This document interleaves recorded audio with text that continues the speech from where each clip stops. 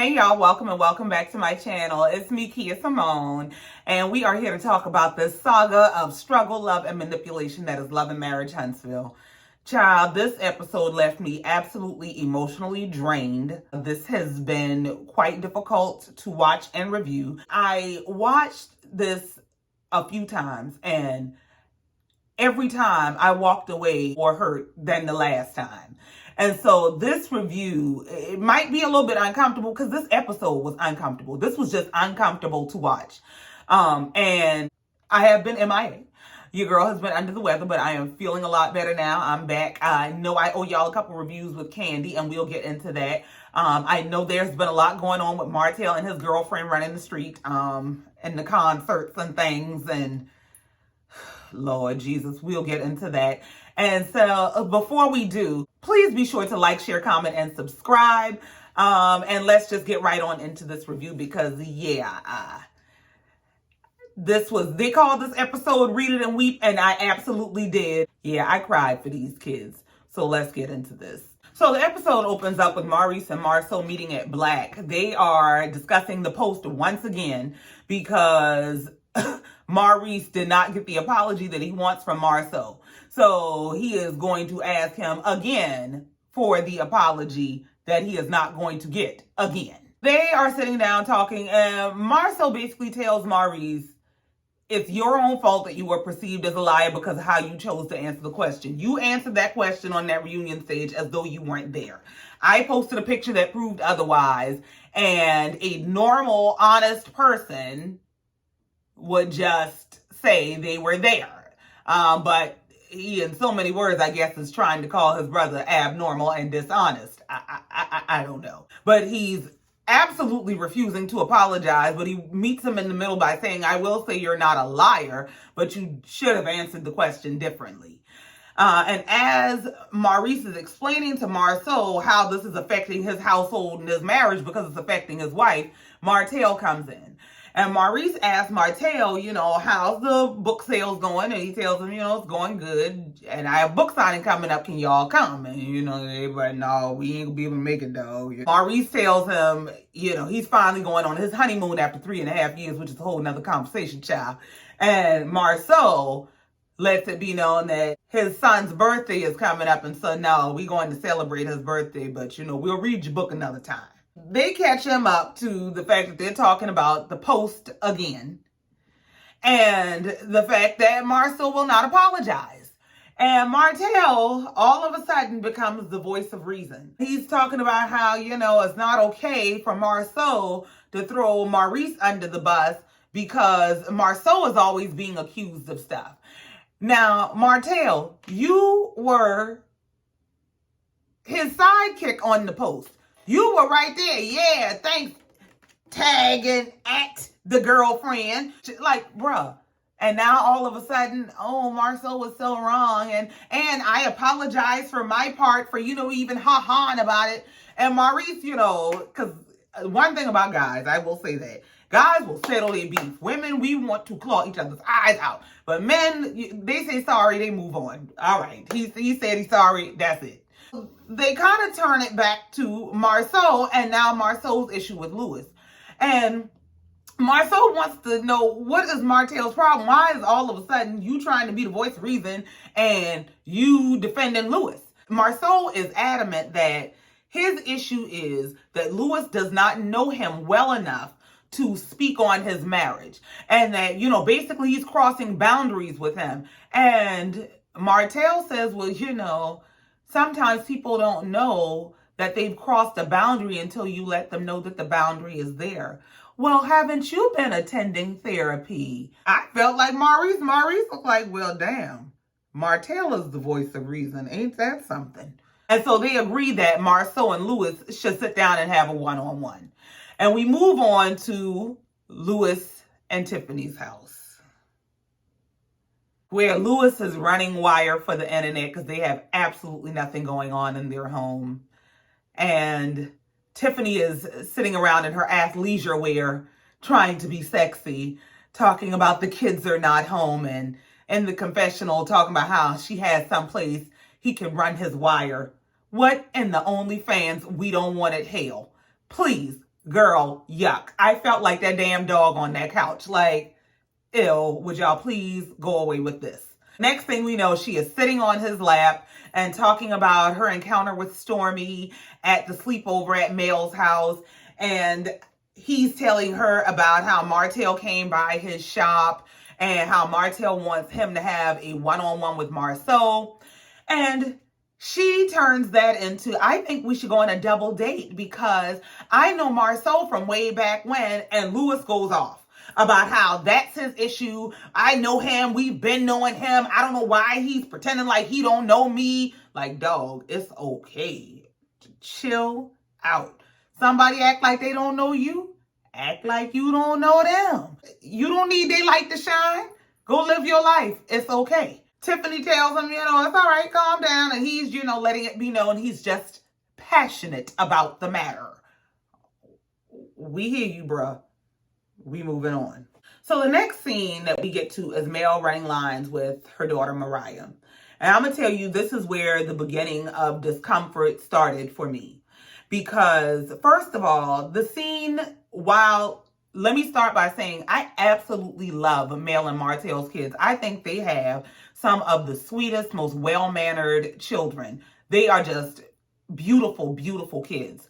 However, the scene felt unnatural, uncomfortable, and forced.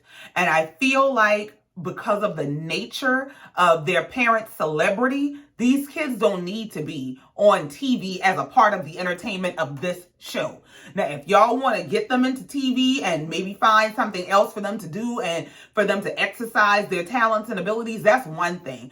But these kids don't need to be mixed up in the mess that is this show for the sake of entertainment, because the grown-ups can choose this for themselves. They can choose that they want to be on TV and they want to, profit from their mess. The children don't have a choice, and this is their real life. These children are in real life navigating the breakdown of their family. And if we are watching their parents struggle and fail to navigate that emotionally, how difficult do you think that is for those kids? So I don't want to, as a viewer, and this is my opinion as a viewer, hell with the recapping the scene, okay?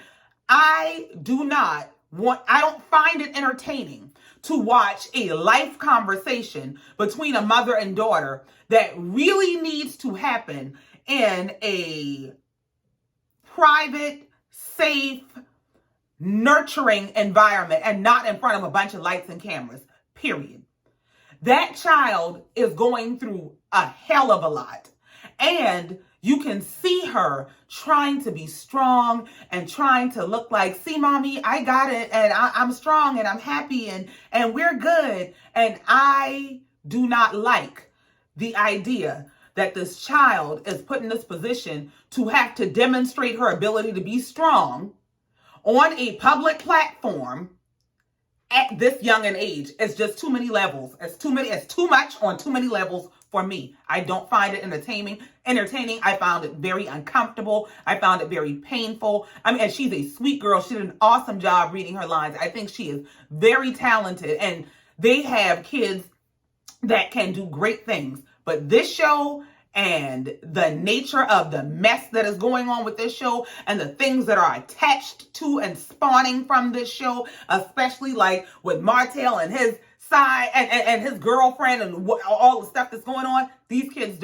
I don't like seeing these kids on this show mixed up in this. I just don't. That's just my opinion. Everybody is free to feel how they feel about it. Y'all are free to speak on it in the comments. But that's just me and my opinion. Period. That's what I got to say about that, and I'm moving on. We go to Martell Mama's house where he brings samples of this new sweet red wine that he is making for her to taste. And let me tell you something. God bless Miss Marlene, because she is a mama to the end. Lord, she said, I know my son, he done all kind of wrong. And they dogging him all through the internets, but he's still my boy and I'ma love him. because her son can't do no wrong in her eyes, Lord. She in the confessional about, that's just Martell. He always wanted to be a good person. He was always a good person. He just always wanted to do good. And I'm just so proud of him. You all right. Yes, ma'am. You better, mama. Just, Lord, that be the men and their mamas. Yes, Lord. All right. So you get to tasting the wine. And first of all, Martell's mama is drinking the wine and her face it tastes like shampipple. But she ain't gonna tell her boy that. So she just, it's so good. Oh my God. Oh my God. Oh, I gotta have it. Oh, I could just drink it all. Oh. Miss Marlene, acting is not your ministry, all right? That ain't your gift. So Martell's mom asks, what made you decide to make a red wine? What made you want to make a wine? Here's Martell. Me and Mel used to drink this sweet red wine, and we started telling everybody about it, and next thing you know, it was sold out all the time, so I figured I'd make my own wine. You are inspired by your ex-wife, once again. Whatever gets the dollars in the door to take care of the churn, bless it. So his mom gives him this motivational speech about how, you done did X, Y, and Z, but that's all right. Life moves on, and I know you thought you were at rock bottom, but that was just a test, and just keep on going, son. It's going to be all right.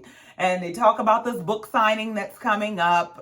This is the first mention that we hear that the book signing is actually falling on Mel's week.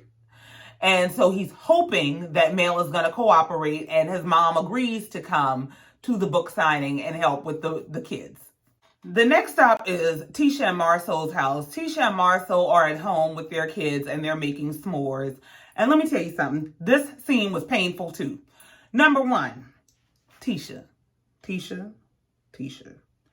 I got a few issues with Tisha in this scene. One, Tisha's a beautiful girl, but they had too much makeup on Tisha. Tisha's too pretty to be with all that caked up on her face.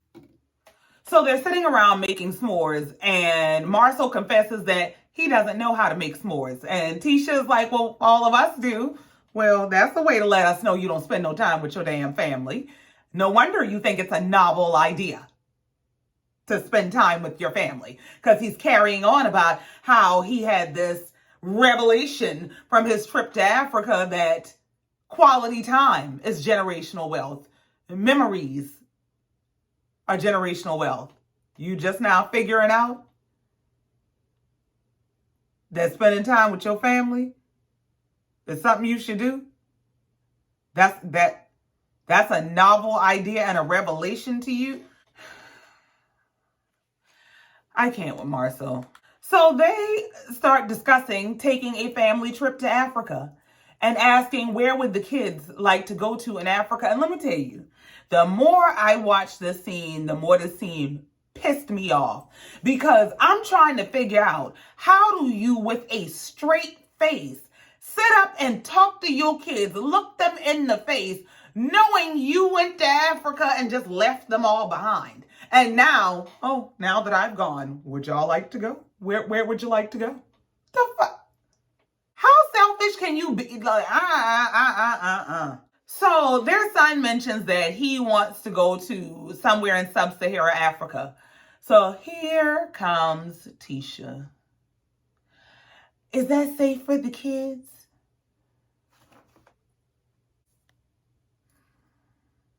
Tisha is so ignorant, it's embarrassing. On behalf of African Americans, I apologize, because this is some utter bull. Tisha, I truly believe they got this Netflix series up just for you. This young, famous, and African. Please go watch it. I see several people have reviewed it. I have watched it. I've considered reviewing it just for the likes of you. So you can go see the lifestyles of the rich and famous these people are living, while you want to know if it's safe for your kids and your husband is telling you his damn phone don't work over there. And then a week or so later, we watching you on another episode after he done told you his damn phone don't work in Africa. He gonna tell you, of course it's safe for kids. Don't think huts and sand when you think Africa. He's literally playing on the ignorance. I take it back. Remember I said last week that Tisha was smart? I don't know. Tisha be taking me through some loops. I damn near take it back. Because ain't no damn way. At this point, you know what? I do take it back. You know what I figured out? And I had this conversation, had a couple conversations. Marcel done paid Miss Wanda off. They playing in our face like Marcel ain't in on the food truck thing. But this is hush money to Miss Wanda, and everybody is going to play along. Now, Tisha is up here playing stupid because there is no way. There is absolutely no way. You got 10, 12 degrees, okay? And you gonna tell us that you not sure if it's safe for your kids to go to Africa, as if everybody that's in Africa, from Africa, hatched as adults. Marcel said there are kids in Africa, you know. Her son said, yeah, there's water there too, Mom. This was painful. And then we switch over to, speaking of Miss Wanda getting paid off, Tisha brings up the conversation that Miss Wanda brought up at the office. She says, you know, what was my mom talking about you and Martell having some secret apartment? And here goes Marceau with episode 398 of Ring Around the Rosie. I don't know what she's talking about. You know, I ain't got no secret apartment because, you know, my car's got my name on the back and my truck is unique. And if I had a car that was parked outside of a secret apartment, somebody would have seen it. And so if you didn't see my car there, it ain't got... What? Is this your way of telling us you Uber to the place? Because why are you harping on your cars? And she asked you something about a damn secret apartment. But you ain't see my car parked outside. All right, what you did? Caught a ride? Marcel gives this BS, you know, whatever explanation of, you ain't never caught me. And they're all sticking to this story of there's no evidence. Miss Wanda's going back and forth between ain't no evidence, but I believe everything I see. But now that I'm getting me a food truck, since ain't no evidence, we don't believe nothing without no evidence. Marcel asked Tisha, are me and you good? And she, oh yeah, we good. Shit, I know. Tisha, one thing I do believe is Tisha knows what's going on. I don't believe Tisha is naive, oblivious, or foolish. I don't think she thinks or believes everything about the image that is put forth to us. I think she's just committed to putting forth the image. Moving on. We go to Kimmi and Maurice's house, and they are packing for their honeymoon after exactly 3.5 years of marriage. Let me tell you right now, ain't no way in struggle, love, hell, okay? Unless there was some sort of a financial or health constraint or restriction or issue. Why did it take 3.5 years? Your child coming to live with us, your mama coming to live with us, you offering to put your ex-wife and her husband in a house for free, and then Destiny giving us some timeshare tour ticket for you to take me on a honeymoon. Ain't no way in struggle, love, hell. That's all I know. Anyway, as they're packing, Kimmi starts talking to Maurice about Kiki being at Mel's sleepover and how she was very put off by the fact that not only was Kiki there and Tisha wasn't, but that Kiki had a whole lot to say about Tisha and Marsau's marriage. And this is Tisha's cousin. She's like, her thing is, why is she here? Why does she have so much to say? And why is she saying this with Tisha not around to defend herself or her marriage? Like, this just ain't cool. And Maurice makes some comment about making sure she gets all sides before she picks a side. And it's just like, okay. I mean, how many sides are there to get when your cousin is at a sleepover of the person who has declared themselves as the ops and talking about your marriage for the good or the bad? What is there? How many sides are there to get? But okay.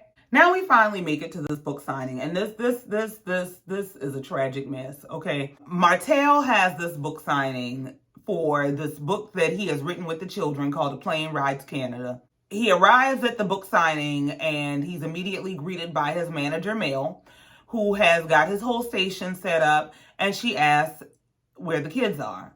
And he confesses that he doesn't know if they're coming. He hasn't heard from Mel.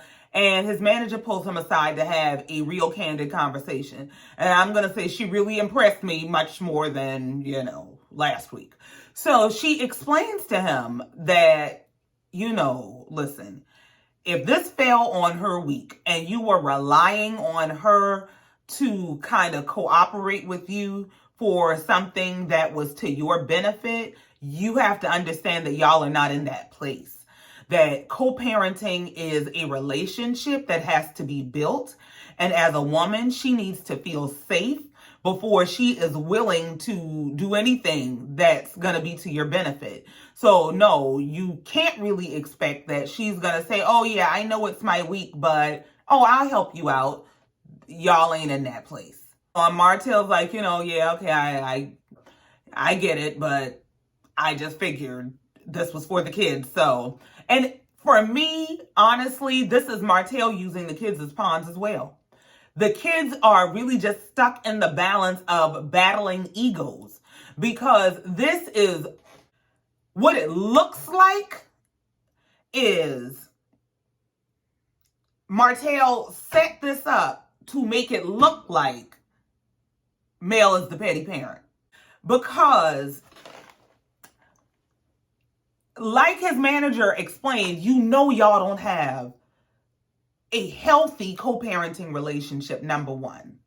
Number two, why would you schedule an event that's on a week that is not your week according to a legal schedule that y'all have, right? And why would you move forward with a business commitment without having a clear conversation with the other parent to get an agreement? Martell puts himself in these situations to look bad, because now it just kind of looks like you're doing bad business. You knew this wasn't your week, and so that's how it looks at first glance, right? So I kept watching, and I start to kind of look at the background, and it looks like there are other vendors there. All right, so maybe this is an expo of some sort where it was already a pre-scheduled event where the date was already selected and Martell chose to sign up as a vendor. So maybe Martell wasn't in control of the date, but did still choose to sign up for this event. At that point, you do start to wonder about, well, could she have just worked with him? And I'm going to tell you, I feel a few ways about it. I don't know how to feel about it other than I'm hurt for their kids. Because, okay, technically, Mel don't owe him anything, right? Technically, Martell has the responsibility of managing his schedule.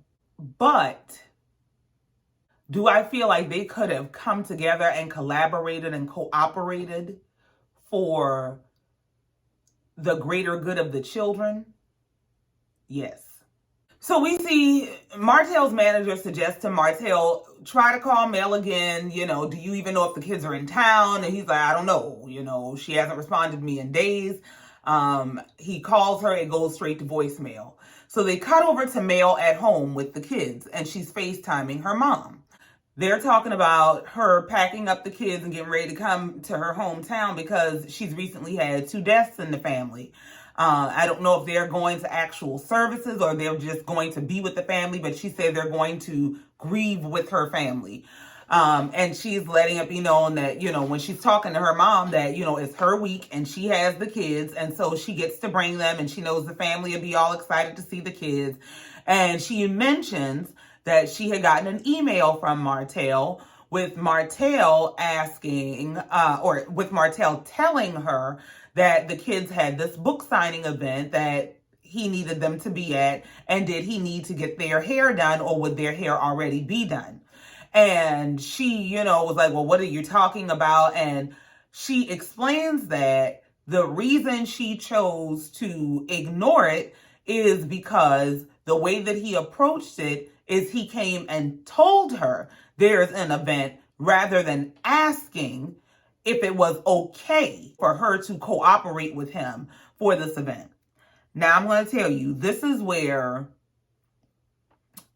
we enter some gray areas of issues for me. Because now, yes, Mel is technically right.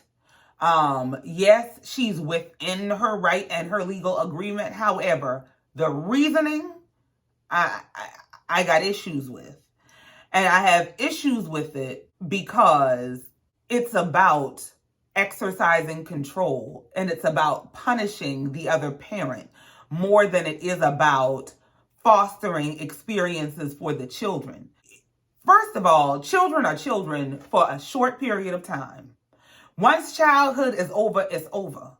They don't get to go back and recreate memories and moments. You can be right, but at what expense?